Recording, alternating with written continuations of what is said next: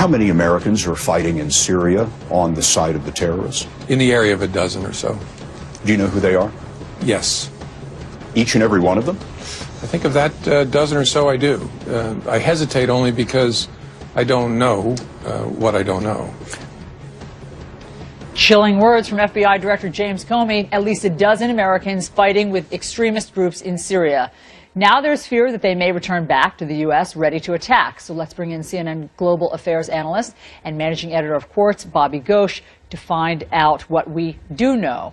Bobby, great to see you. So he says that he believes that there's a dozen fighters. How does he know that they've joined the fight rather than just, say, traveling through Turkey? Well, this has been a 3-year conflict. You have to imagine that every major intelligence outfit in the world has assets in the region. We know the Turks do, we know the Jordanians do, know the British, the French, and presumably American intelligence as well. And you take all of the information, you triangulate, you see who's been traveling through that region, and you go through the data. And in some of these cases, these people are not afraid to announce themselves. You track the thousands upon thousands of YouTube videos. You can see people who say that they're Americans, and you can triangulate all that information and get a pretty good bead, I think, on at least some of the people who are there. Now, what the FBI director said last night on 60 Minutes is different than what the Secretary of Defense, Chuck Hagel, said a month ago to CNN about how many Americans have joined the fight. Let's listen to what he said. We are aware of over 100 U.S. citizens who have U.S. passports who are fighting in the Middle East with ISIL forces.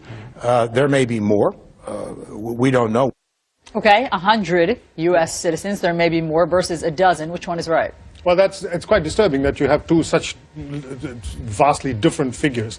The most charitable account you can say is that maybe at the time Hagel said it, they thought there were 100, and maybe they've done more careful analysis and come to a smaller number. The other possibility is that there are 100 people who've gone to fight. Some have died. Some are fighting with other groups, not necessarily with ISIL. Let's remember that there are literally dozens of different groups, some Islamist, some non-religious, that are fighting in Syria. And so maybe the Americans who are there are sort of spread.